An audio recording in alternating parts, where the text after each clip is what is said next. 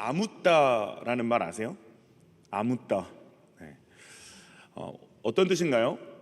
아무것도 묻지도 따지지도 말고 라는 이런 뜻입니다. 예전에 이순재 할아버지가 이 보험 광고할 때 하신 유명한 멘트죠. 이 아묻다는 보통 이럴 때 씁니다. 제가 한번 찾아보니까 올영 세일 때 보이면 아묻다 사야 하는 추천템. 네, 어떤 유튜브 썸네일이었어요. 네. 이럴 때 씁니다. 아묻다 이별각. 네. 그리고 출퇴근은 아묻다 정시로. 이럴 때 쓰는 겁니다. 묻고 따지고 말고 할 시간이 아까울 정도로 반드시 해야 할 그 무언가를 가리켜 아묻다라고 합니다. 제가 오늘 설교를 준비하면서 이 제목을 뭐라고 정해야 될까 좀 고민이 많았거든요. 저희 아내가 제 그 설교 제목이 너무 클래식하다, 청년 사역자답지 않다, 이런 피드백이 있어서 그래서 아내한테도 물어보고 서혜린 간사님한테도 물어보고 그러다 어제 문득 이 아묻다가 생각이 났습니다. 바로 이거구나. 네. 우리가 걸어가야 하는 길이 이 아묻다의 길이 아닌가라는 생각을 하면서 제가 무릎을 탁 쳤습니다. 자, 오늘 좀 오랜만에 옆에 사람하고 나누는 시간 한번 가져봤으면 좋겠는데요. 여러분의 인생에, 우리 인생에, 혹은 이 부산에 우리가 살면서 진짜 묻지도 따질 필요도 없이 혹시 사야 되는 것이 있다면, 맛봐야 되고 해봐야 되는 것이 있다면 무엇인지를 한번 나눠봅시다. 잠시 좀 나누도록 하겠습니다.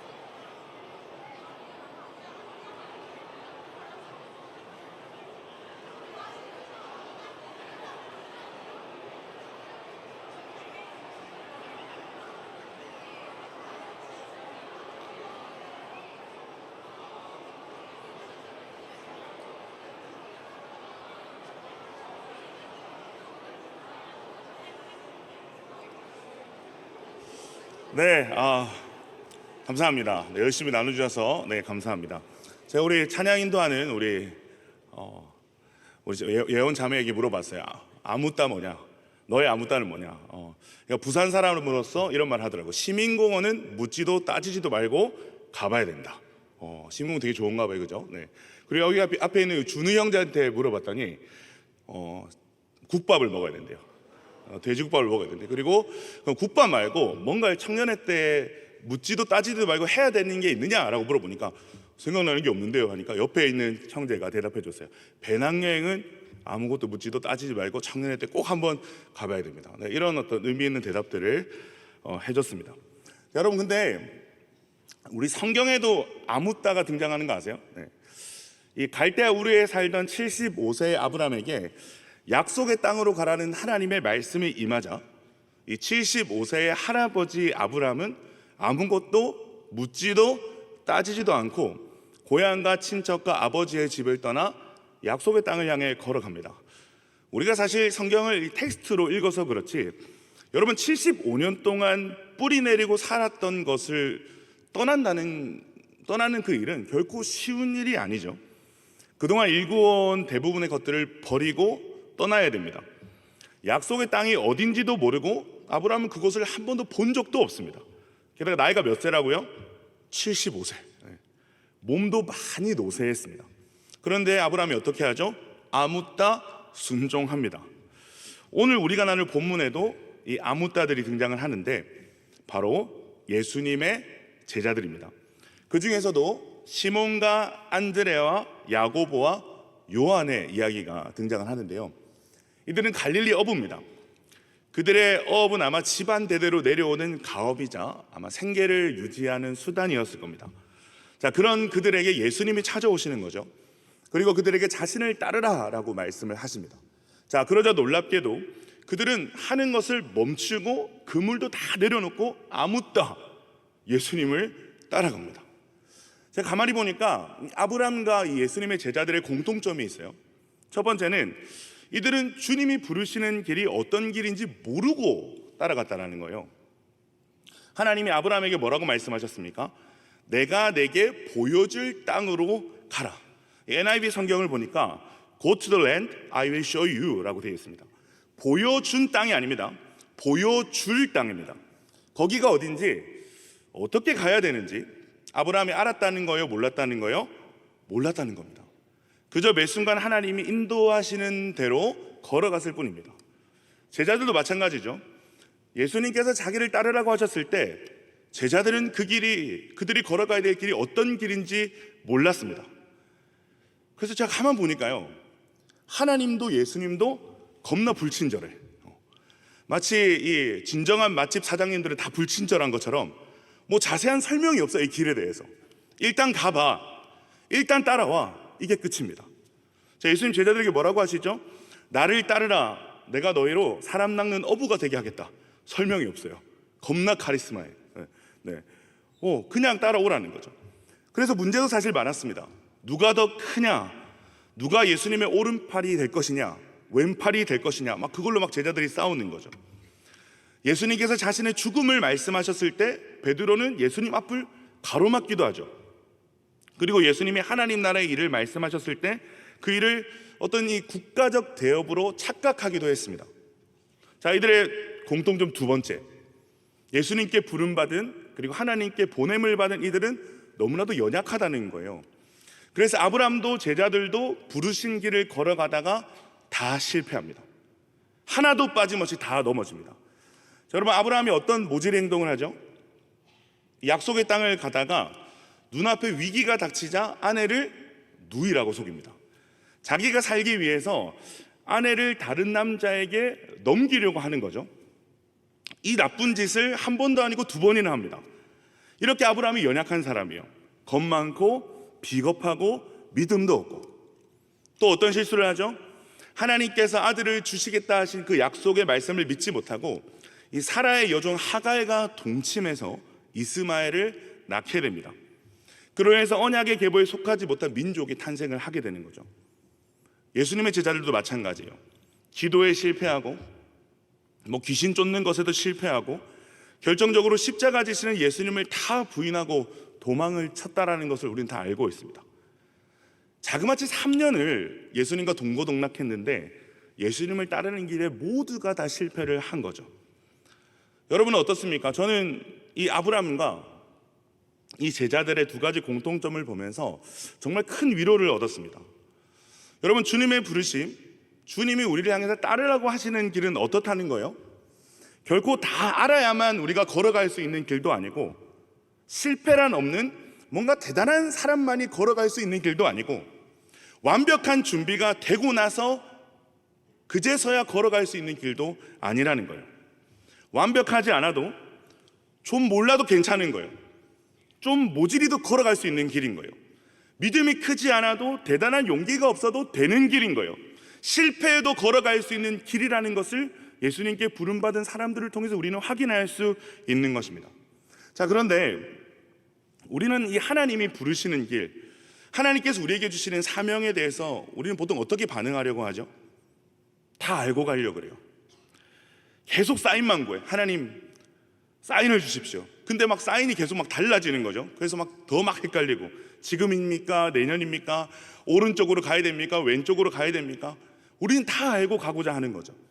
또 어떤 부담이 있죠? 이 길이 뭔가 특별한 사람만이 걸어갈 수 있는 길로 생각하는 거예요. 그렇다 보니까 나는 아닐 거야, 나의 부르심은 아닐 거야, 나의 사명은 아닐 거야, 나는 이것을 감당할 깜냥이 안 된다라고 생각을 하는 거죠. 그래서 그 한 걸음을 떼는데 너무 힘이 들어가 있어요. 근데 사실 이 부분은 저도 잘 안 되는 거긴 해요. 제가 우리 김경일 목사님하고 저하고 이제 야베스에 온 지가 2년하고 벌써 2개월이 지났습니다. 상당히 오래된 것 같은데 고작 2년밖에 안 지났어요. 네. 사랑합니다, 목사님. 네. 어쨌든 20년과 같은 일을 지내면서 우리 김경일 목사님한테 가장 많이 들었던 소리가 뭔지 아세요? 광배, 힘 좀 빼라. 힘 좀 빼라. 좀 가볍게 해라. 네. 저는 사실 온통 빼야 되는 것만 있어요. 네. 네.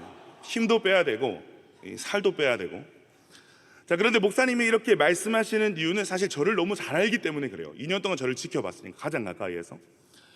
제가 그렇게 보일지는 모르겠지만 저는 사실 사역에 좀 강박이 있습니다. 그 강박 때문에 뭐 하나를 시작하기까지 시간이 너무 오래 걸려요. 쉽게 그냥 시작해 보면 되는데 부담이 너무 커서 시작하기까지가 너무 오래 걸려. 그래서 시간을 막 버리는 경우가 너무 많아요. 나중에 막 쫓겨서 하는 경우도 되게 많고. 작은 것 하나를 해도 부담을 많이 가지고 긴장을 상당히 많이 하는 편입니다. 제 문제가 뭘까요, 여러분?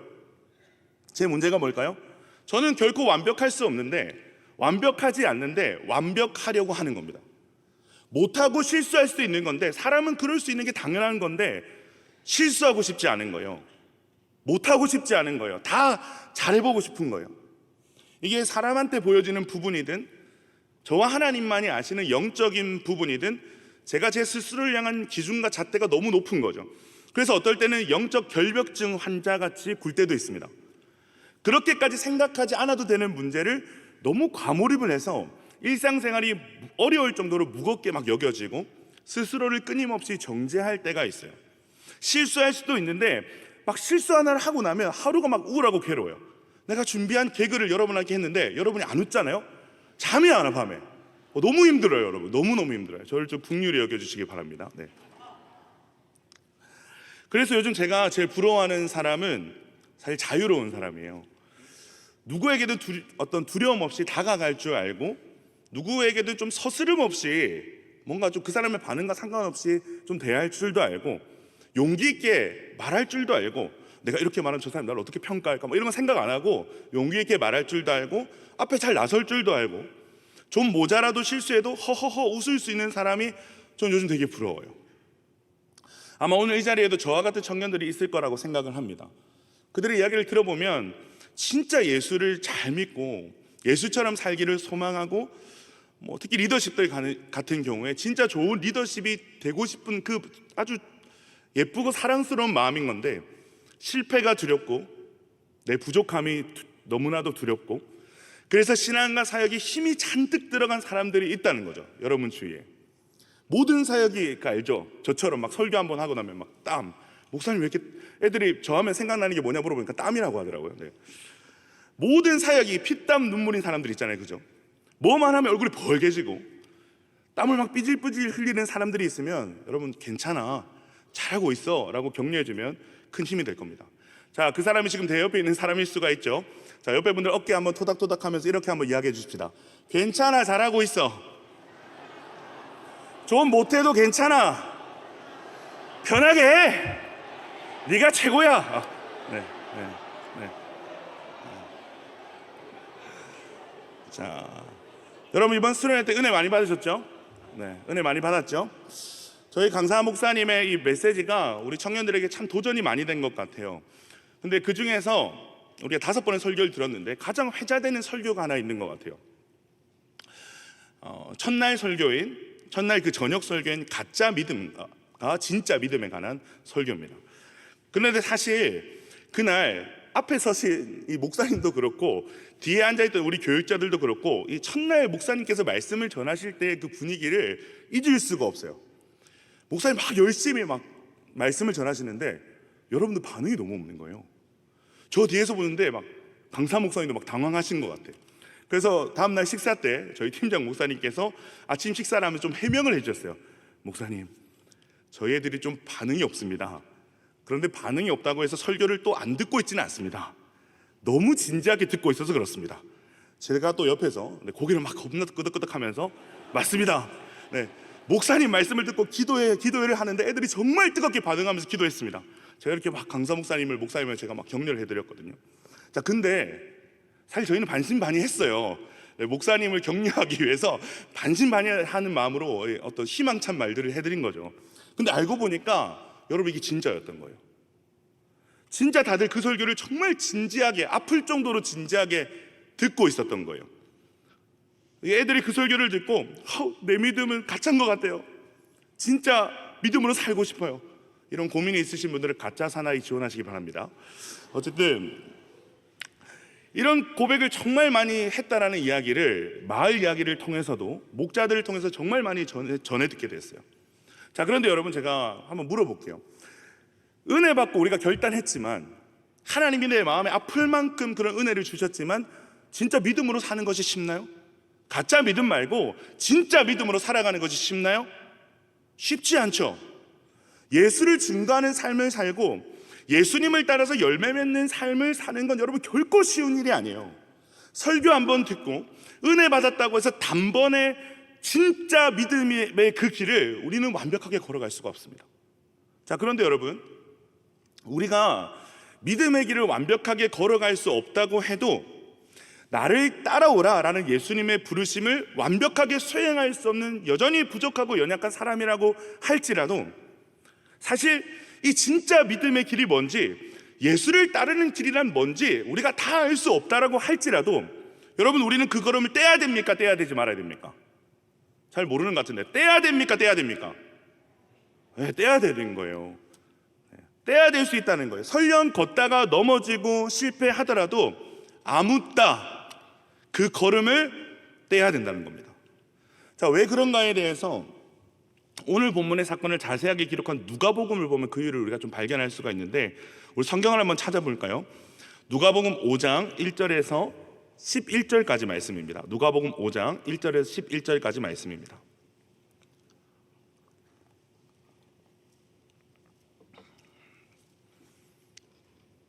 누가복음 5장 1절에서 11절까지 우리 한 절씩 교독하여 읽고 마지막 절 합독하겠습니다. 무리가 몰려와서 하나님의 말씀을 들을새 예수는 게네사렛 호숫가에 서서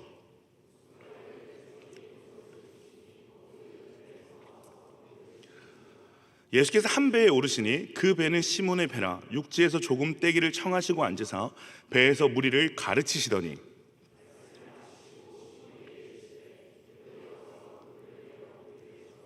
시몬이 대답하여 이르되 선생님, 우리들이 밤이 새도록 수고하였을 때 잡은 것이 없지만은 말씀에 의지하여 내가 그물을 내리리이다 하고,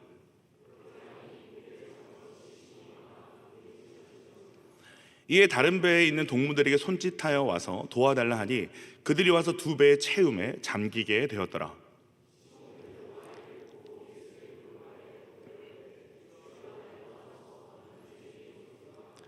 이는 자기 및 자기와 함께 있는 모든 사람이 고기 잡힌 것으로 말미암아 놀라고,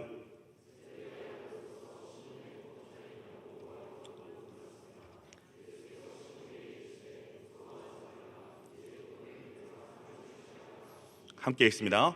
그들이 배들을 육지에 대고 모든 것을 버려두고 예수를 따르니라. 자, 예수님께서 제자들을 부르신 자리가 여러분 어디입니까? 물고기를 많이 잡은 성공의 자리입니까? 아니면 물고기를 한 마리도, 밤새 그물질을 했는데 한 마리도 물고기를 잡지 못한 실패의 자리입니까? 실패의 자리죠. 어부로서 밤새 그물질을 했는데 한 마리도 잡지 못한 거예요. 네, 실패의 자리가 맞습니다. 그 실패의 자리에 예수님이 찾아오신 거죠. 그리고 그물이 찢어질 만큼 물고기를 많이 잡게 하신 거죠. 사랑하는 여러분, 우리의 인생에 이 예수님을 만나는 일이 보통 이렇습니다. 한계의 자리, 어떤 실패의 자리, 우리가 밤새도록 수고했으나 아무것도 건지지 못한 인생의 절반과 허무의 자리, 그 가운데 예수님께서 우리를 찾아오셔서 우리의 낙심된 것들과 허무한 것들을 채우시는 거죠. 그물이 찢어질 정도로 흘러넘치게 채우시는 것들을 우리가 단회적으로 경험하게 되는 거죠. 내면이 흘러넘치는 경험을 할 수도 있고, 눈에 보이는 가시적인 것들의 응답으로 주님을 만나는 경험도 할 수 있습니다. 그래서 우리는 그것을 은혜 받았다, 혹은 예수님을 인격적으로 만났다라고 표현하기도 하는 거죠. 하나님의 존재와 그분의 사랑을 알게 된 겁니다. 베드로가 예수님을 처음 만난 자리처럼 그런 거예요. 주님을 만난 우리의 자리는 대부분 실패의 자리인 경우가 많습니다. 성공한 자리가 아니에요. 무엇이 실패했든 우리는 보통 실패의 자리에서 주님을 만나는 경우가 많습니다. 여러분, 이것이 뭘 보여주는 거예요? 예수님을 만난 그 시작부터 우리는 실패자였다는 거예요. 평생을 해오던 그물질인데 내가 다른 것은 몰라도 이것만은 가장 잘할 수 있다고 자부하던 그것에서도 실패하고 못나고 연약한 존재를 주님께서 찾아오셔서 나를 따르라라고 말씀을 하고 계신 겁니다. 자, 그렇다면 그 주님을 따르면서 시간이 좀 지나게 되면 우리는 실패하지 않을까요? 제자들처럼 예수님과 3년을 동고동락하면서 보고 듣고 배우고 경험하면 우리는 실패하지 않을 수 있을까요? 우리 말씀을 한번 찾아 제가 읽어드리겠습니다. 마태복음 26장 69절에서 74절입니다. 베드로가 바깥들에 앉았더니 한 여종이 나와 이르되 너도 갈릴리 사람 예수와 함께 있었도다 하거늘 베드로가 모든 사람 앞에서 부인하여 이르되 나는 내가 무슨 말을 하는지 알지 못하겠노라 하며 앞문까지 나아가니 다른 여종이 그를 보고 거기 있는 사람들에게 말하되 이 사람은 나사렛 예수와 함께 있었도다 하며 베드로가 맹세하고 또 부인하여 이르되 나는 그 사람을 알지 못하노라 하더라. 조금 후에 곁에 섰던 사람들이 나와 베드로에게 이르되 너도 진실로 그 도당이라 내 말소리가 너를 표명한다 하거늘 그가 저주하며 맹세하여 이르되 나는 그 사람을 알지 못하노라 하니 곧 닭이 울더라. 제자들은 예수님과 무려 3년을 동거동락했습니다. 그 중에 베드로는 가장 뜨겁고 가장 예수님을 사랑한다라고 말했던 제자죠. 그 예수님을 향한 그의 고백 또한 상당히 위대했습니다. 그 누구도 예수님이 누군가에 대해서 제대로 대답하지 못할 때 주는 그리스도시요 살아계신 하나님의 아들이십니다라는 놀라운 신앙의 고백을 했던 사람이 베드로입니다. 자, 근데 그가 지금 어떠한 일을 행했습니까? 예수님을 3번이나 부인하고 예수님을 저주하기까지 합니다. 베드로가 예수님을 몰라서도 믿지 않아서도 사랑하지 않아서도 아닙니다. 베드로는 예수님을 가장 잘 아는 제자였습니다. 예수님을 위해서 목숨까지 버리겠다라고 한 제자였습니다. 이 사람들 중에서 제가 예수님을 가장 사랑합니다라고 고백했던 제자입니다. 그가 한 모든 말은요 놀랍게도 다 진심이었습니다. 그래서 그는 예수님을 부인하고 나서 더 큰 슬픔에 빠지게 되는데요, 이어지는 75절을 보면 이에 베드로가 예수의 말씀에 닭 울기 전에 내가 나를 3번 부인하리라 하심이 생각나서 밖에 나가서 심히 통곡하니라. 주님을 향한 말과 마음이 다 진심이었기 때문에 베드로는 심히 통곡할 수밖에 없었던 거죠. 이 죄책감이 너무 커서요, 베드로는 예수님이 부활하셨다는 것을 보고 그 부활하셨던 소식을 듣고도 차마 예수님을 마주할 용기가 없어서 디베라 바닷가로 도망을 칩니다. 그것이 우리가 좀 전에 읽었던 요한복음 21장의 말씀이죠. 여러분, 이게 우리입니다. 이게 우리의 모습입니다. 우리가 아무리 뜨거워도, 우리가 주님 앞에 아무리 진심이라도 우리는 반드시 실패하고 또 실패할 것입니다. 아무리 여러분 자신의 가짜 믿음을 놓고 수련회 때 통곡하고 이제는 진짜 믿음으로 살리라, 선교적 존재로 살리라고 결단했어도 반드시 여러분에게 넘어질 때는 옵니다. 그럼 이런 질문을 할 수 있겠죠. 아니 목사님, 어차피 실패할 건데, 어차피 넘어질 건데, 어차피 못 살아낼 건데, 그러면 차라리 결단하지 않는 것이 낫지 않습니까? 주님 앞에 그렇게 살겠다고 해놓고 그렇게 못 살고 또 죄짓고 실패하는 것보다 처음부터 나는 그렇게 살 수 없는 존재니까 그냥 은혜 받으면서 적당한 선에서 부담 없이 예수 믿고 사는 게 낫지 않겠습니까? 여러분, 뭐가 나은 것 같아요? 못 지킬 바에는 서원도 안 하고 결단도 안 하고 사는 것이 나은 겁니까? 따라갈 자신이 없으니까 예수님이 나를 따르라는 부르심에 죄송해요 주님, 전 아직인 것 같아요, 멀리서 응원할게요, 예수님 화이팅, 이렇게 이야기하는 게 여러분 나은 건가요? 어떤 삶이 나은 건가요? 따라합시다.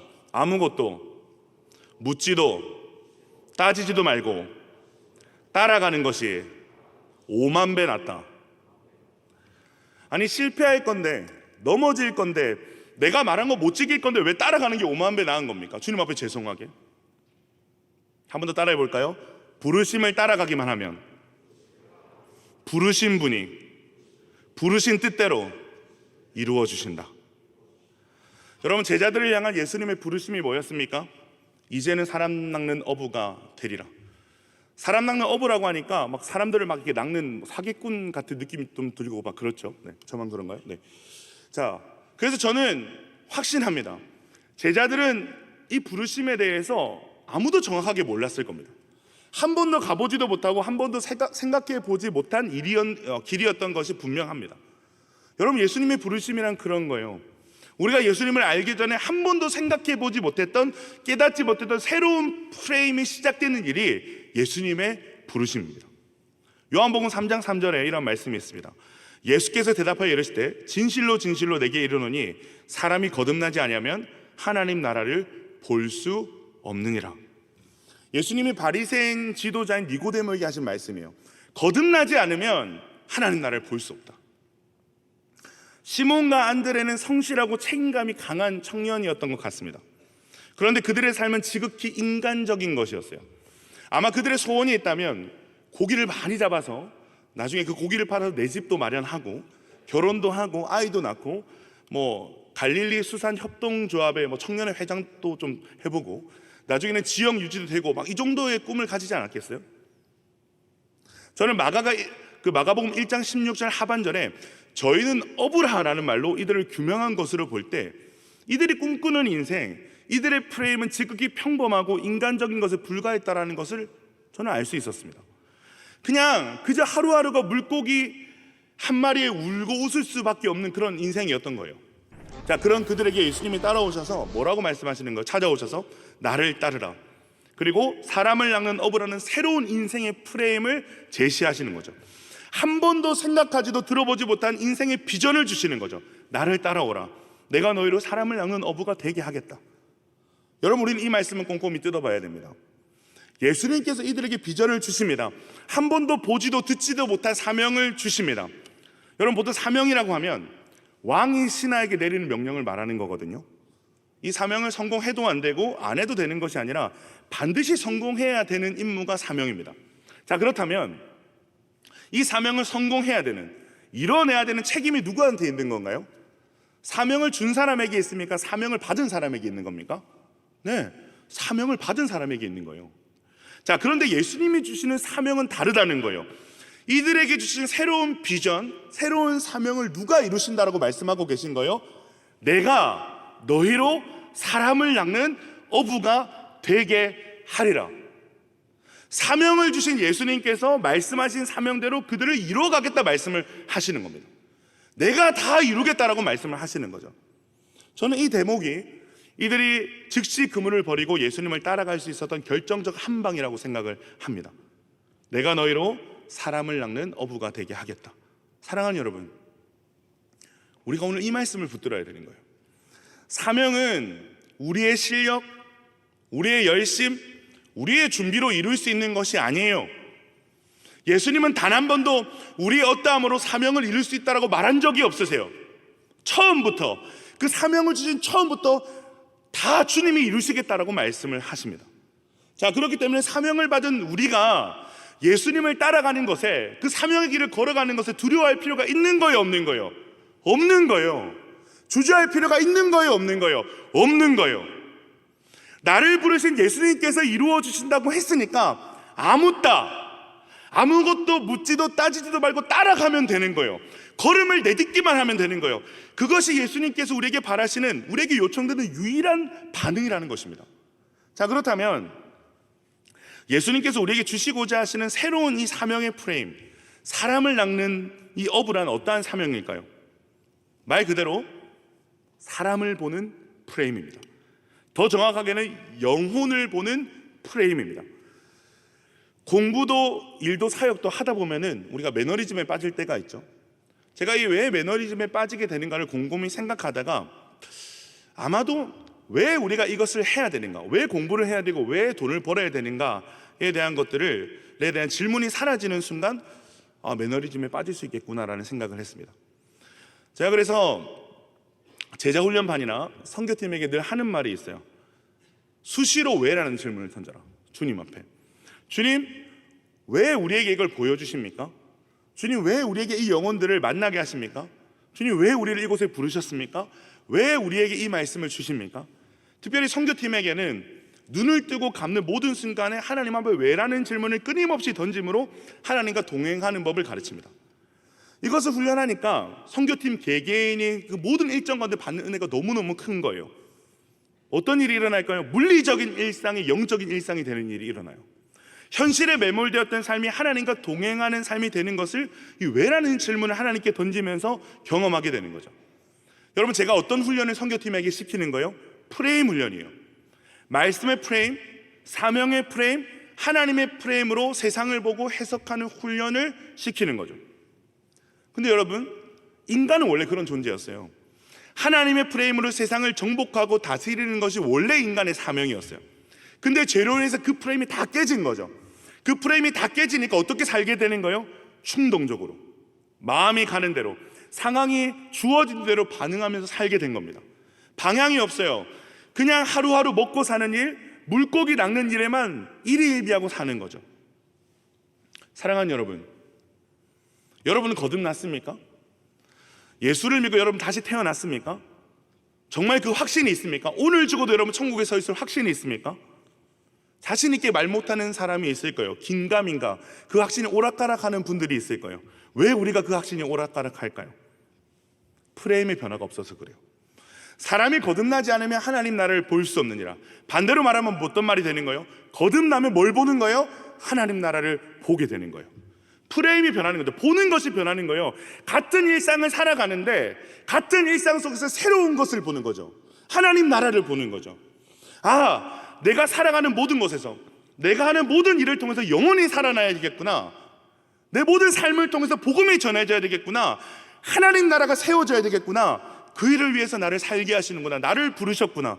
인생의 목적, 해석, 방향이 완전히 달라지는 거죠. 여러분, 저도 그랬습니다. 저도 예수님을 인격적으로 만나기 전에는 제 삶에 이해할 수 없는 것 투성이었어요. 이해되는 게 단 하나도 없었어요. 못 믿겠지만 어릴 때부터 몸이 많이 연약했어요. 많이 아팠어요. 제가 그 일로 군대도 한 방에 면제를 받았어요. 이 재생불량성 빈혈이라는 난치병 때문에 혈소판 수치가 너무 낮아가지고 제가 다치면 지혈이 잘 안 되거든요. 수술이 어려워요. 그래서 면제를 받았어요.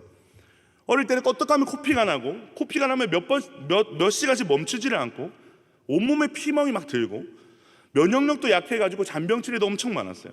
저는 이렇게 병약한 제 자신이 싫었어요. 저희 집 너무 가난했거든요. 그래서 가난도 지긋지긋했어요. 매일 술 먹고 들어와서 가족들을 때리고 괴롭히는 아버지도 지긋지긋하고, 교회를 다니긴 다녔는데 교회를 다니면서 제일 싫었던 말이 뭐였냐면 하나님이 저를 사랑하신다는 말이었어요. 제가 제일 못 믿었던 말이 뭐냐면 기도하면 응답하신다는 말이었어요. 무슨 사랑이 이 모양인지, 왜 하나님이 다른 사람 기도는 다 들어주시는데 내 기도만 안 들어주시는지, 하나님한테까지 버림받은 것 같은 도무지 해석되지 않는 시간들을 지나면서 허랑방탕하고 아주 충동적인 삶을 살았습니다.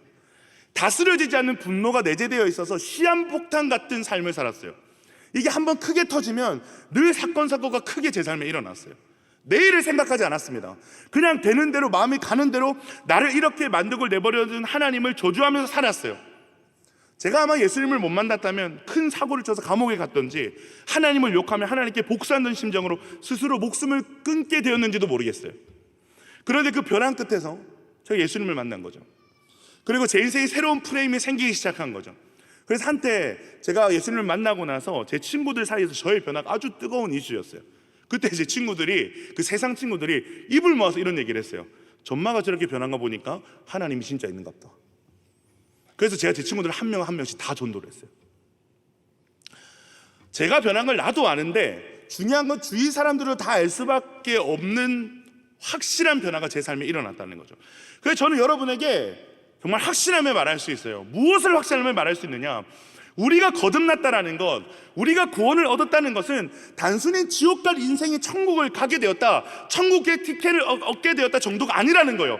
여러분, 거듭남과 구원은 결코 그 정도일 수가 없는 거예요.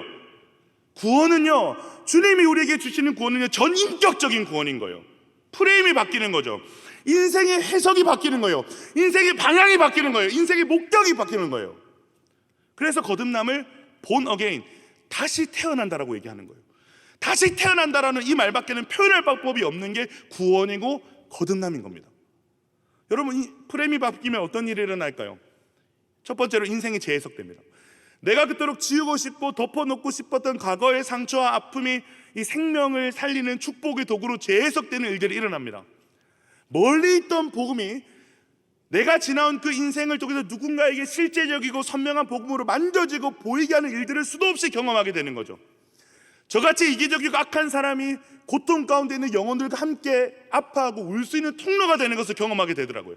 프레임이 변하니까 제가 그토록 지우고 싶고 감추고 싶었던 그렇게 싫었던 고난의 시간이 영혼을 살리는 데 쓰임받는 축복의 통로로 해석되기 시작하는 거죠. 그리고 나서 두 번째 어떤 변화가 있는지 아세요? 인생의 목적이 선명해져요. 목적이 분명해집니다. 예수님의 프레임이 어떤 프레임입니까? 구원의 프레임, 생명의 프레임입니다. 어떤 프레임이라고요? 구원의 프레임, 생명의 프레임이요. 사람의 가치를 복원시키고 회복하시는 것이 예수님의 프레임입니다. 제가 몇 년 전에 우간다 선교를 갔을 때를 잊을 수가 없어요. 거기 정말 존경스러운 분들을 많이 만났거든요. 한 여학생이 아직도 제 기억에 선명하게 남아있는데 하버드 대학을 졸업한 한 여학생입니다. 근데 그 여학생이 우간다로 단기 선교를 왔다가 사람들이 오염된 물 때문에 너무 허무맹랑하게 죽어가는 것에 큰 충격을 받았어요. 그래서 그 하버드를 졸업하자마자 우간다로 날라와서 정수기 개발을 시작했어요. 가장 저렴하게 가장 깨끗한 물을 마실 수 있는 정수기, 20대 청년이었습니다. 그것도 자매가 호련단신으로 아프리카 우간다에 와서 집에 유리 창문이 없어서 비가 오면 창문에 이 비밀 청막과 같은 것들을 달아내려서 밤새 손으로 그것을 잡고 잠을 자야 되는 열악한 환경에 살면서 오로지 정수기 개발에 올인했습니다. 결국 어떻게 됐을까요? 네, 그 자매가 그 정수기 개발에 성공을 했습니다. 그래서 지금은 정말 많은 단체들의 펀딩을 받아서 셀 수 없는 많은 사람들에게 이 정수기가 전달이 되었습니다. 많은 사람들이 산 거죠. 그리고 거기에 베데스다 메디컬 센터라고 있는데 거기에는 원장님도 우간다의 열악한 이 의료 환경을 보고 호련단신으로 오셔가지고 가난하고 병든 자를 치료하고 돕는 일을 지금 평생 동안 하고 계신 거예요. 이 밖에도 소위 엘리트라고 말하는 이들이 정말 이 공부해서 남 주는 인생, 돈 벌어서 남 주는 인생을 너무나도 많이 살고 있더라고요. 만약에 이분들이 바라는 것이 돈이나 명예나 성공이었다면 충분히 그런 인생을 누리고도 남았을 분들입니다. 그런데 그들의 프레임이 어떤 거예요? 물고기 잡는 게 아닌 거예요. 그들의 인생의 프레임은 물고기 잡는 게 아닌 거예요. 그들의 프레임이 뭐예요? 예수님이 주신 그 프레임, 사람을 살리는 프레임을 갖고 사시는 분들이기 때문에 자신의 그 인생을 가지고 누군가를 살리는 일에 사용하는 것이죠. 사람의 가치를 세우고 존중하는 것, 생명의 존엄을 보존할 수 있도록 섬기고 도와주는 것, 이 모든 것들을 통해 복음이 흘러가고 하나님 나라가 확장되게 하는 것, 이들이 가진 그 프레임은 이 거듭난 자들이 가진 프레임이었던 겁니다. 그래서 하나님이 설명할 수 없는 일들로 이들을 막 도와주시는데요, 간증이 1년에 몇 번 있는 게 아니라 매일매일 간증이에요. 매일매일 간증. 여러분 참으로 멋진 삶 아닙니까? 하나님이 매일매일 직접 도우시는 인생, 하나님의 은혜 아니고서는 설명될 수 없는 일들을 매일매일 체험하고 사는 거죠. 프레임이 바뀌고 목적이 바뀌고 사명을 따라가니까 하나님이 얼마나 적극적으로 개입을 하시는지, 부족한 물질을 채워주시고 막힌 길을 열어주시고 사람을 막 붙여주시는 거죠. 여러분 이것들을 경험하고 사는 것, 이 기쁨을 세상 그 무엇과 비교할 수 있겠습니까? 너무 가슴 뛰는 삶 아닌가요? 너무 영광스러운 삶 아닙니까? 사랑하는 야베스 여러분, 저는 우리 야베스 청년들 모두가 이런 꿈을 꿨으면 좋겠습니다. 물고기 낚다가 끝나는 인생이 아닌 사람을 살리는 인생을 좀 꿈꿨으면 좋겠어요. 나 혼자 잘 먹고 잘 사는 꿈이 아니라 누군가를 먹이고 살리기 위해 사는 인생으로 쓰임받기를 여러분 좀 꿈꿨으면 좋겠습니다. 여러분의 전 삶에 이 땅을 살리는 복음의 충만한 일들이 흘러넘치는 꿈을 꾸면서 좀 살았으면 좋겠습니다. 여러분 이것이 거듭난 자의 꿈이요, 거듭난 자의 사명인 것입니다. 그 사명이 어떻게 선명해지는 걸까요? 그 사명이 어떻게 하면 선명해지는 걸까요? 네, 예수님을 따라가다 보면 선명해지는 겁니다. 처음부터 선명하지 않습니다. 예수님을 따라가다 보면 선명해지는 겁니다. 예수님을 따라가다 보면 더 그 사명이 내 가슴을 뛰게 하는 겁니다. 여러분 예수님은 다 아셨습니다. 제자들의 무지한, 연약한 믿음, 무능력함, 다루어지지 않은 기질들, 그들이 정말 준비된 것이 아무것도 없음을 예수님은 다 아셨어요. 그걸 다 아시고 그들을 예수님이 부르신 거죠. 나를 따라오라. 내가 너희를 사람을 낚는 어부가 되게 하리라. 사랑하는 여러분, 우리 주님은, 우리를 부르신 주님은 전능하신 주님입니다. 우리를 부르신 주님은 신실하신 주님입니다. 그렇기 때문에 당신이 하신 모든 약속을 능히 다 이루실 수 있는 분이십니다. 세상 그 어떤 열심보다도 대단한 열심으로 그 약속을 반드시 이루어가시는 분이 우리를 부르신 주님이십니다. 자, 그렇기 때문에 우리는 뭐만 하면 되는 거예요? 따라가기만 하면 되는 거예요. 따라가면 되는 거예요. 따라가다가 넘어져도 괜찮아요. 실패해도 괜찮다고요. 그 넘어진 자리에 주님이 계세요. 실패한 그 자리에서 주님이 우리를 만나주세요. 우리를 일으켜주시고 그 길을 계속 걸어가게 하십니다. 실패까지도 주님은 사용하시는 거죠. 제가 처음에 주님을 만났을 때는 저도 막 이런 착각을 했던 것 같아요. 주를 위해서 난 뭐든지 다 할 수 있을 것 같다. 정말 주님을 뜨겁게 만났거든요. 그런데 시간이 지나면 지날수록 제가 주님을 위해 살 수 있는 게 아무것도 없더라고요. 주님을 잘 믿고, 예수를 잘 믿고 예수를 사랑하는 것조차 내 힘으로 안 된다라는 것을 제 신앙생활 가운데 얼마나 뼈저리게 경험했는지 모르겠습니다. 저는 그 실패의 과정에서 정말 중요한 것을 배웠습니다. 내가 주를 위해서 모든 것을 다 할 수 있다고 믿는 것이 믿음이 아니었구나. 나는 아무것도 할 수 없다는 것을 믿는 것이 진짜 믿음이구나. 주님이 다 하셔야 된다는 것을 믿는 믿음이 진짜 믿음이구나. 제가 이 중요한 진리를 거듭되는 실패의 자리를 통해서 깨닫게 되었습니다. 여러분, 베드로도 마찬가지죠. 저랑 같이 배자가 들어가잖아요. 저랑 좀 비슷한 것 같아요. 베드로가 뭐라 그랬어요? 예수님을 위해 막 죽을 수 있다 그랬어요. 여기 있는 모든 사람들보다 사람들이 예수님을 다 떠나도 자기는 예수님을 떠나지 않을 것이라고 했고, 자기가 가장 예수님을 사랑한다라고 호언장담을 했습니다. 근데 베드로가 어떻게 됐습니까? 처참하게 실패했어요. 근데 더 놀라운 사실이 뭔지 아세요? 베드로가요, 그 처참하게 실패한 그 자리에서 예수님께 사명을 받습니다. 다른 자리가 아니라 처참하게 실패한 그 자리에서 사명을 받습니다. 요한복음 21장에서 예수님께서 베드로에게 이렇게 질문하시죠. 네가 이 사람들보다 나를 더 사랑하느냐? 몇 번 물으실까요? 3번이나 물었습니다. 제가 결혼 생활을 하면서 가장 어려운 순간이 있다면 똑같은 질문을 계속 받는 거예요. 여보, 나 사랑해? 진짜 사랑해? 정말 사랑해? 네. 형제들 잘 들으세요. 네. 자매들이 우리에게 이렇게 3번씩 사랑하냐고 묻는다는 것은 둘 중에 하나입니다. 꿀팁을 주는 거예요. 첫 번째, 사랑하는 거 아는데 그 스윗함을 더 느끼고 싶어서. 두 번째, 이 두 번째가 중요하다. 뭔가 서운한 게 있다. 첫 번째면 다행인데, 만약에 내가 그 자매한테 잘못된 어떤 큰 잘못을 한 일이 있어요. 그것도 아주 큰 잘못. 나도 그것을 알고 그도 그것을 압니다. 그러면 사랑하냐라고 3번씩 묻는 대답에 사랑한다라고 말하기가 쉬울까요? 어려울까요? 어려워요. 완전 어려워. 빨리 어떻게든 이 상황을 벗어나고 싶어. 막 속에서 기도가 계속 나와. 저는 그래서 이 베드로의 마음이 너무 막 공감이 되더라고요. 진짜 얼마나 불편했을까. 그런데 무섭고 불편한 사실이 여기서 끝이 아닌 거예요. 오늘 그 요한복음 21장 말씀을 보면 예수님이 이 질문을 베드로를 몰래 살짝 이렇게 따로 불러가지고 너 나 사랑하냐? 이렇게 안 물어보셨어요. 질문하시는데 사람이 너무 많아. 제자 7명이 같이 있는데 이 7명 앞에서 말해보라는 거예요. 저도 아내랑 연애할 때 저희 아내도 꼭 저에게 이 사랑을 확인받고 싶어 할 때가 있었어요. 특히 사람들하고 같이 있을 때 전화가 와서 전화를 끊을 때가 되면 마지막으로 하고 싶은 말이 없냐는 거예요. 자매들 그러지 마라 제발. 무슨 말을 듣고 싶은 거예요? 사랑해라는 말을 듣고 전화를 끊고 싶은 거죠. 사람들 앞에서 제가 아주 막 스윗하게 사랑해 라고 이야기하는 걸 듣고 싶은 거예요. 완전 땀나죠. 지금도 땀나는데 생각만 해도 땀이 나요. 완전 위기죠. 지금 베드로가 비슷한 위기에 처해 있는 거예요. 근데 조금 더 곤란한 상황인 것 같아요. 왜냐하면 예전에 베드로가 한창 뜨거웠을 때 막 사람들 앞에 세워놓고 이런 얘기 했거든요.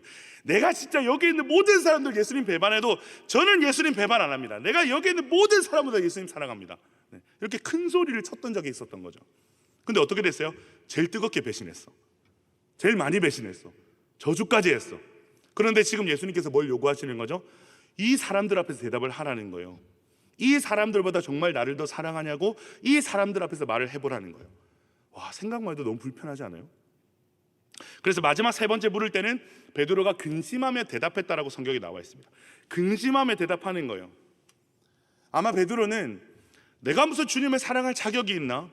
나같이 믿음 없고 나 같은 배신자가 어떻게 주님을 따를 자격이 있나라는 생각을 수없이 했던 것 같아요. 나는 이제 자격이 없어라는 자기 부인을 수없이 했을 거예요. 그런데 바로 그 자리에 주님이 찾아오신 거예요. 바로 그곳에서 못 자국난 손 그대로 조반을 차려주시면서 베드로야, 네가 이 사람들보다 나를 더 사랑하느냐 3번이나 물으시는 가운데 자기도 모르게 그 놀라운 사랑에 이끌림을 받는 거죠. 여러분, 이전에 베드로는요 주님을 사랑한다는 것이 어디서부터 출발해야 되는지를 잘 몰랐어요. 그래서 막 뜨거운 열정만 있으면 내 힘으로 다 되는 줄 알았어요. 근데 그것이 완전히 박살나 버린 거죠. 그렇게 완전히 무너지고 깨어지고 초라해진 자리, 도저히 주님을 사랑한다고 말할 수 없는 그 자리까지 내려갔을 때 주님이 찾아오신 거죠. 그리고 그때 주님을 사랑하는 것이 무엇인지를 깨닫게 하시는 거죠. 그래서 베드로가 부끄럽지만 용기 내서 다 기어 들어가는 소리로 이렇게 고백하는 거예요. 주님이 이 배신자를 이처럼 사랑하시는데 내가 어찌 주님을 사랑하지 않을 수 있겠습니까? 내가 주님을 사랑하는 줄 주님이 아시나요? 저는 이것이 이런 뜻이라고 생각해요. 주님이 이 못난 나를 이처럼 사랑하시는데 내가 어찌 그 주님을 사랑하지 않을 수 있겠습니까? 그때 예수님 뭐라고 말씀하시죠? 약간 우리 예수님 튄 것 같아요. 좀 공감해 주시는데 내 양을 먹이라, 내 양을 치라. 베드로가 용기 있게 사랑한다고 대답했는데 내 양을 먹이라, 내 양을 치라. 저는 여기서 아주 중요한 사실을 깨닫습니다. 사랑하는 여러분, 잘 나가는 베드로가 아니죠. 열정 가득하던 베드로도 아니죠. 완전히 실패하고 풀이 죽어 고백하는 베드로에게 예수님께서 뭘 주시는 거예요? 이제 사명을 주시는 거예요.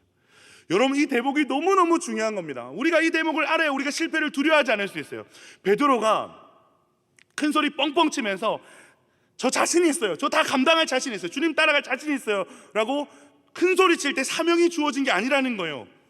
베드로가요, 주님 제가 무슨 자격이 있습니까? 저 이렇게 못났는데요, 저 자격 없는데요 라는 고백하는 실패의 자리에서 예수님께서 사명을 주신다는 거예요. 더 놀라운 사실이 뭔지 아세요? 나는 할 수 있다 라고 고백한 베드로는 예수님을 3번이나 부인을 했는데요, 저는 할 수 없습니다 라고 고백한 베드로는 사명을 감당하다가 흰 백발을 휘날리면서 십자가에 거꾸로 못 박히는 순교를 합니다. 여러분, 예수님이 이러한 베드로의 앞날을 아셨을까요? 모르셨을까요? 다 아셨어요. 요한복음 21장 18절 19절 제가 읽어드리겠습니다. 내가 진실로 진실로 내게 이르노니 내가 젊어서는 스스로 띠띠고 원하는 곳으로 다녔거니와 늙어서는 내 팔을 벌리리니 남이 내게 띠띠우고 원하지 않은 곳으로 데려가리라. 이 말씀을 하심은 베드로가 어떠한 죽음으로 하나님께 영광을 돌릴 것을 가리키심이라라. 이 말씀을 하시고 베드로에게 이르시되 나를 따르라 하시니, 처음 예수님이 베드로를 만나서 나를 따르라 하셨던 그 부르심이 요한복음 22장에서 다시 등장하고 있습니다. 나를 따르라. 예전에는 스스로 띠를 띠고 자신이 원하는 대로 젊은 때를 살았던 베드로, 예수님이 자신의 발을 씻길 수 없다라고 막 고집을 피우고 예수님을 위해 죽겠다고 고집을 피우고 겟세마네 동산에서 검을 빼서 이 말고의 귀를 베고 자신이 원하는 대로 주님을 사랑하고 살았던 베드로인데요, 이제는 예수님께서 그를 띠띠우고 그가 원하는 곳이 아닌 예수님이 원하는 곳으로 데려가시는 영광스러운 마지막을 우리 주님께서 말씀하고 계십니다. 못 모르고 예수님을 따르겠다고, 못 모르고 사람을 살리는 어부가 되겠다고, 와, 좀 멋있는 것 같은데 이렇게 나섰던 길인데, 알고 보니까 믿음도 없고 사랑도 없고 내게는 능력도 없어서 다 실패한 줄 알았는데, 사랑도 실패하고 믿음도 실패하고 다 실패한 줄 알았는데, 결국 예수님께서는요, 처음 베드로를 부르신 그 뜻대로, 그 부르심대로 사람을 낚는 어부가 되게 하셨습니다. 예수님을 끝까지 따라 살고 예수님을 따라 죽게 하셨습니다. 여러분, 너무 멋있지 않습니까? 나를 부르신 주님이 다 이루신다면 여러분, 이게 한번 가볼 만한 길 아닙니까? 말씀을 정리합니다.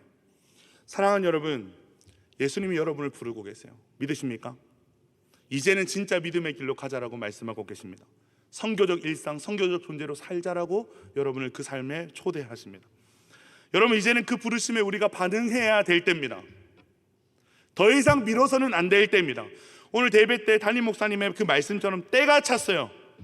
마지막 때의 징조가 세계 곳곳에서 일어나고 있습니다. 이제는 그렇기 때문에 우리가 걸어가야 할 때입니다. 사랑하는 여러분, 무엇 때문에 주저하고 있습니까?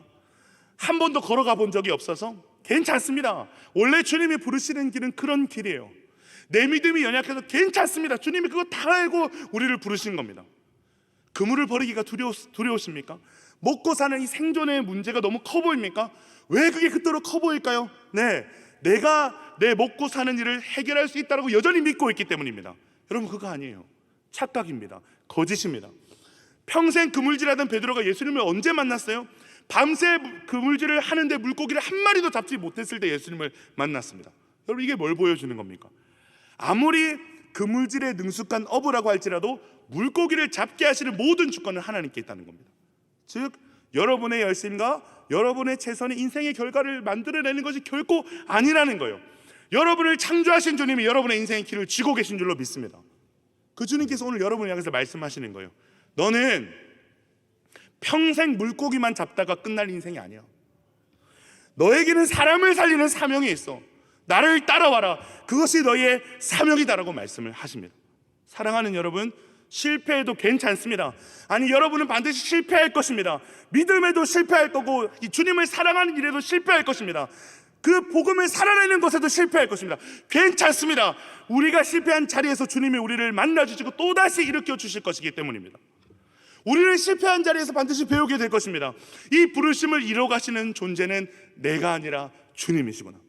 그래서 더 용기 있게 그 길을 걸어갈 수 있게 될 것입니다. 그리고 반드시 여러분은 그 부르심대로 영광스럽게 완성될 것입니다. 반드시 여러분을 부르신 주님께서 그렇게 여러분을 만드실 것입니다. 이 은혜의 길이, 이 영광의 길이 예수님이 우리를 초청하시는 길입니다. 그러니 여러분 부탁드립니다. 아무것도 묻지도 따지지도 말고 여러분을 부르신 예수님의 손을 붙잡으십시오. 사람을 살리고 영혼을 구원하는 사명에 가슴이 울리기 시작했다면 두 눈을 질끈 감고 한 번도 해보지도 못했지만 그 해보지도 못한 지금의 자리에서 떠나서 복음을 전해보시기 바랍니다. 그물을 내려놓으시길 바랍니다. 나만을 위해서 살던 자리, 허망한 것을 쫓고 즐기던 자리, 향방 없는 것들에 그물을 내리던 것을 이제 멈추고 부르신 그 길을 따라 걸음을 내디디시기를 바랍니다. 이제는 사람을 살리고 복음이 진전되는 그 일에 여러분의 그물을 내리시기를 바랍니다. 용기를 내십시오. 주님이 여러분의 인생을 책임져 주실 것입니다. 아무리 감당 못할 사명이라고 할지라도 예수님이 여러분을 부르셨다면, 예수님이 여러분을 가슴 뛰게 하셨다면 그 부르신 분께서 반드시 그 사명을 완성해 주실 것입니다. 여러분을 통해 이루실 그 놀라운 일들을 기대하십시오. 여러분을 통해 살게 될 그 수많은 영혼들을 소망하십시오. 연약한 투성이었으나 힘 백발을 휘날리며 죽음까지도 예수님과 같이 맞이했던 베드로처럼 반드시 우리는 살아가게 될 것입니다. 그 영광스러운 사명을 사모하며 아무따의 길 위에서는 저와 여러분 되시길 주님의 이름으로 축원드립니다. 우리 다 같이 일어서 함께 찬양할까요?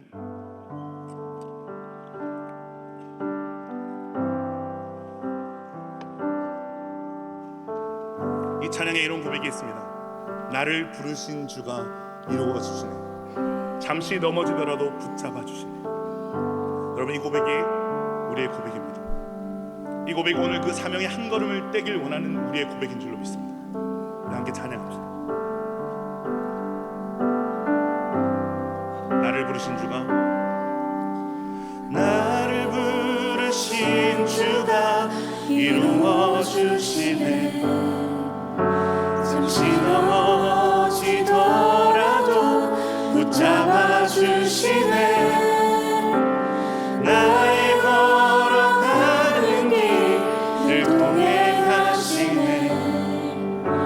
혼자라 생각했던 삶 늘 함께 하시네. 한 번 더 고백합시다. 나를 부르신 주가, 나를 부르신 주가 이루어 주시네.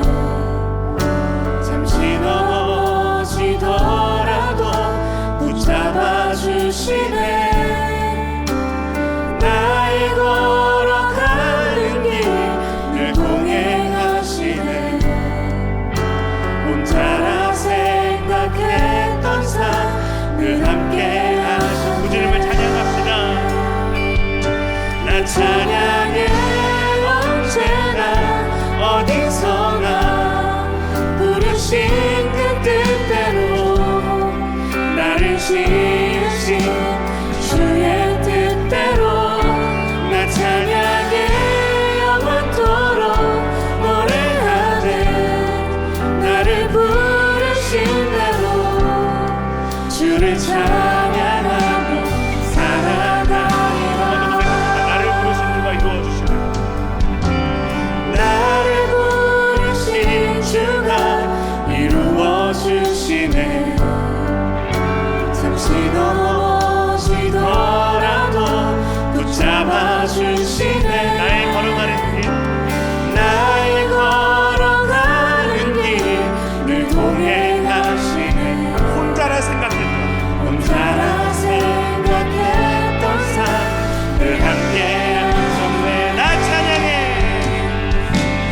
찬양해 언제나 어디서나 부르신 그 뜻대로 나를 지으신 주의 뜻대로 나 찬양해 영원토록 노래하네 나를 부르신 대로 주를 찬양하며 살아가 나 찬양해 언제나 난 찬양해 언제나 어디서나 부르신 그 뜻대로 이루가신 나를 지신 뜻대로 이루가신 주의 뜻대로 나 찬양해 영원토록 노래하네 나를 부르신 대로 주를 찬양하며 살아가리라 이곳에 주의 나라와 이곳에 주의 나라와 주의 뜻만이 영원히 이루어지니 주가 일하시는 우리의 삶 가운데 주님께 우리 찬양과 그의 영광을 영원히 노래하리 보이지 않으신 당신의 그 삶 이곳에 주의 나라와 이곳에 주의 나라와 주의 뜻만이 영원히 이루어진 주가 일하시는 주가 일하신 우리의 삶 가운데 우리의 삶 반드시 그 뜻은 이루어질 것입니다. 주님께 우리 찬양과 그의 영광을 영원히 노래하리 보이지 않으신 당신의 그 사랑을 우리 같이 한번 기도합시다.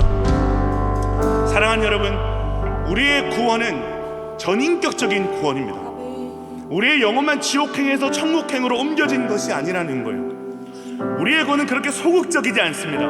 우리를 향한 하나님의 구원은 적극적인 구원입니다.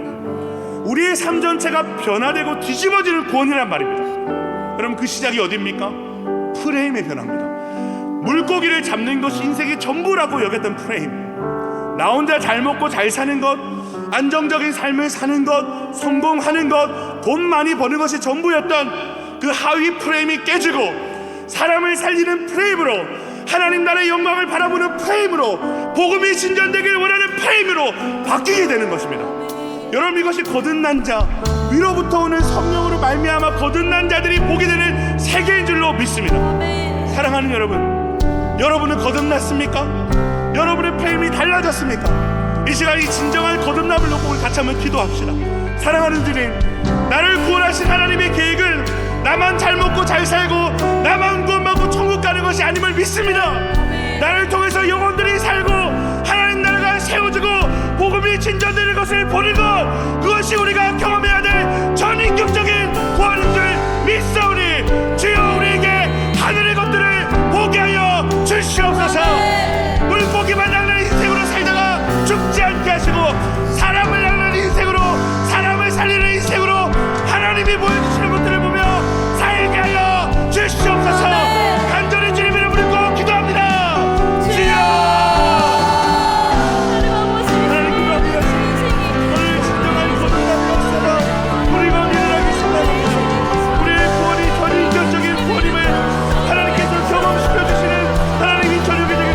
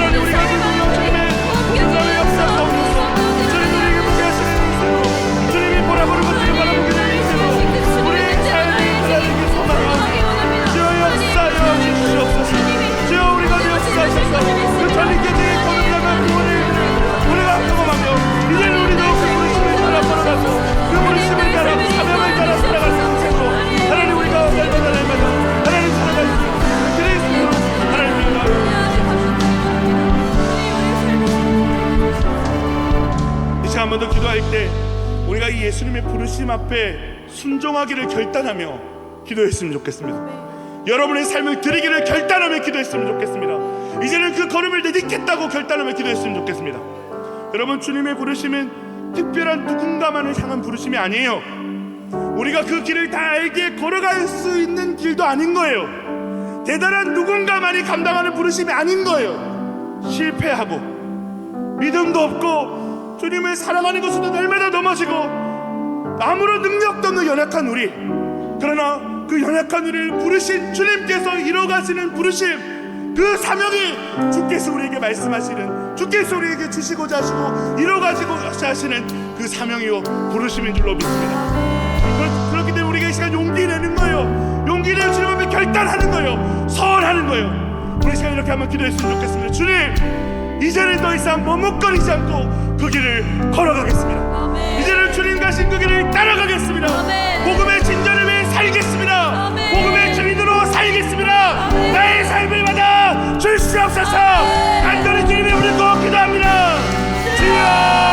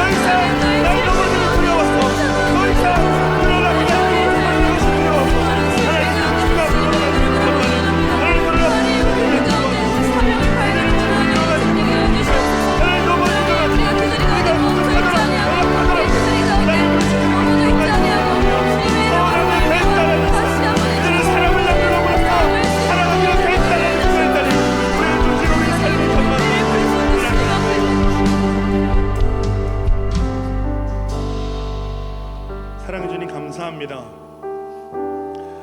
우리는 이런 거룩한 사명을 감당할 능력도 안 되고 자격도 안 되고 그럴 만한 믿음도 없고 그렇게 주님을 끝까지 따라갈 만한 사랑도 없는 정말 부족함 투성인, 아니 부족함과 연약함밖에 없는 하는 그런 참 미천한 인생인데, 주님이 우리를 찾아오셔서 주님이 가장 기뻐하시고 주님이 가장 원하시는 그 일을 함께 하자 하십니다. 주님, 나의 어떠함을 볼 때는 나는 감히 걸어갈 수 없는 길인 것 같은데, 나를 부르신 주님께서 주님의 그 부르심대로 나를 이뤄가시고 완성하시겠다 말씀하시니 그 주님의 말씀 의지하여 이제 걸음을 뗍니다. 주님, 더 이상 어떠한 두려움으로 어떠한 주저함으로 한 걸음도 떼지 못하는 그런 인생으로 살지 않게 하여 주시옵소서. 나의 연약함 때문에 걸음을 떼지 못하는 일들이 없게 하여 주시고, 내 인생에 그물을 내린 일들이 너무 커서 그것을 포기할 수 없어서 주님을 따라가는 그 일들을 주저하는 일들이 없게 하여 주시고, 나의 모든 생사화복을 주장하시고 나를 그 사명자로 부르신 그 주님께서 나를 그 부르심대로 이뤄가실 것을 믿으며 이제는 작은 걸음일지언정, 걸어가다 실패하고 넘어질지언정 하나님 그 걸음을 떼겠다라고, 내 삶을 주님께 드리겠다라고 결단한 청년들의 삶을 받아주시고 그렇게 살아갈 수 있는 용기와 힘을 허락하여 주시옵소서. 우리가 받은 은혜가 여기서 고여있지 않기를 원합니다. 흘러갈 수 있길 소망합니다. 이 마지막 때에 여전히 하나님께서 부르시고 구원하실 그 영혼들이 저 세상 가운데 있는데, 이제는 그 받은 은혜를 들고 우리가 그 세상으로 나아갈 수 있게 간절히 소망합니다. 우리 인생의 프레임이 변화되어서 죽어가는 영혼들이 보이게 하여 주시고, 죄악이 가득한 세상 속에서 죄의 종노릇한 영혼들 때문에 가슴이 미어지는 일들이 있게 하여 주시고, 그 영혼을 구원하고 하나님 나라를 세워가는 일에 가슴이 뛰는 그런 전인격적인 구원의 프레임으로 살아가는 우리 청년들 될 수 있도록 은혜 베풀어 주시옵소서. 주님 믿습니다. 여전히 우리는 부족하고 이 길이 어떤 길인지 우리는 정확히 알지 못하나 그런 연약한 베드로를 그 마지막 때에 끝까지 주님 사명 감당하다가 주님처럼 죽게 하셨던, 주님이 부르신 대로 그 베드로를 이뤄가셨던 그 주님이 우리 주님인 줄 믿사오니 그 주님을 믿고 그 주님 안에서 우리의 삶을 기대하며 걸어갈 수 있는 우리 모두가 되게 하여 주시옵소서. 감사드리며 살아계신 우리 구주 예수님 이름으로 기도드립니다. 아멘. 이제는 우리 주 예수 그리스도의 은혜와 하나님의 크신 사랑과 성령의 감화감동 교통하심이, 주님 부족하지만 여전히 용기 없지만 나를 부르실 주님께서 이뤄 가실 것을 믿으며 이제는 물고기만 낚는 인생에서 사람을 낳고 사람을 살린 인생으로 걸음을 떼겠습니다라고 결단하며 서원하며 고개 숙인 이 자리에 있는 모든 청년들과 영혼들 머리 위에 이제로부터 영원토록 함께할지어다. 아멘.